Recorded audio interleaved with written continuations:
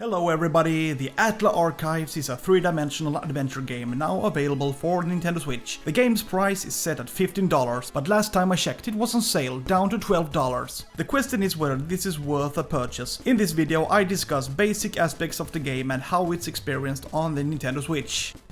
The Atla Archive is a game that contains many aspects of gameplay without doing anything to perfection. You can explore an open world, fight monsters, find new weapons and armor, use magic and take part in a story about good and evil.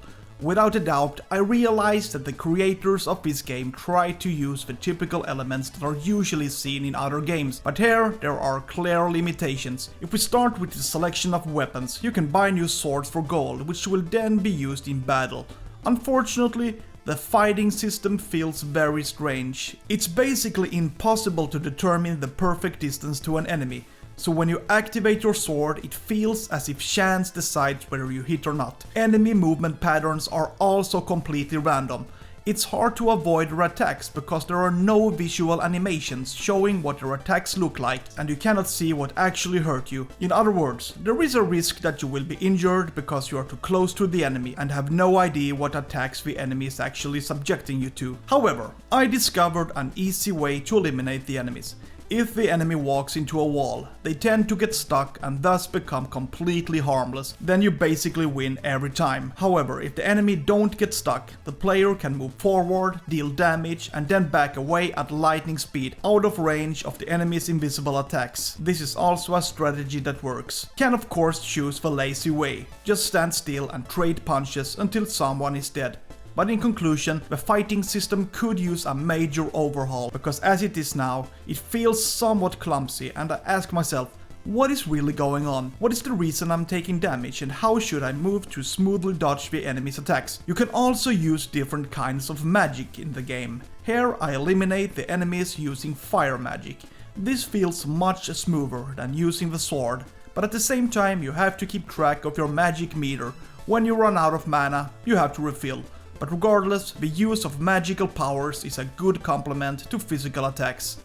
The world you explore is a varied experience. Of course, there are villages where you can buy items, spend the night, pick up quests, and the like. But after leaving security behind, you venture into the forests, caves and swamps.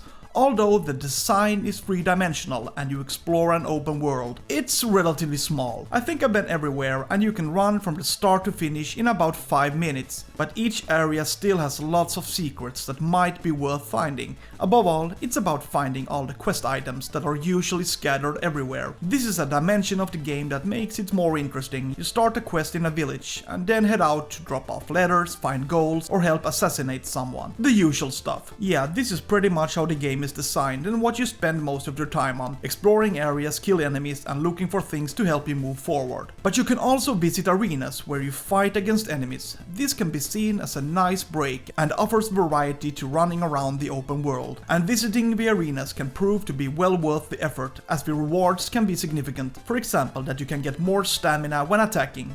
One thing I found strange was that you can fight the townspeople, and they are relatively easy to take down. Just look at this.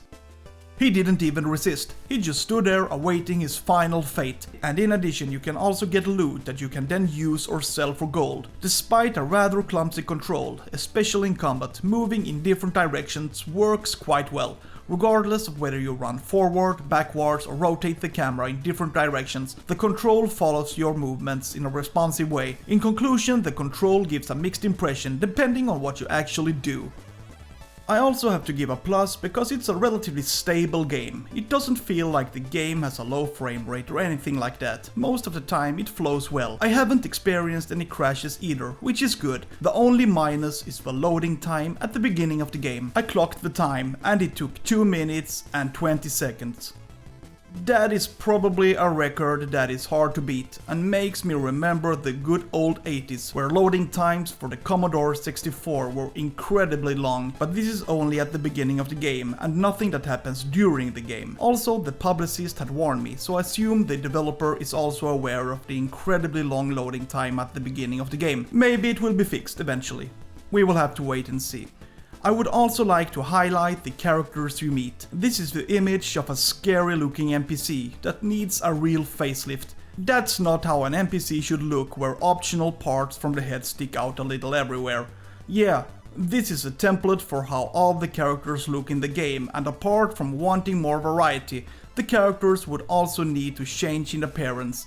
Regardless of whether you meet a warrior, a salesman or gender, most of them look the same, both in terms of face and size. Finally, I just want to add that this is a game that is a bit too expensive. As I mentioned earlier, it sells for $15 in Nintendo's eShop, but it's currently discounted. Not a great experience, but not the worst either. It's honestly a mixed experience. Feel free to subscribe to my channel. I review new games every week. Have a nice day. See ya!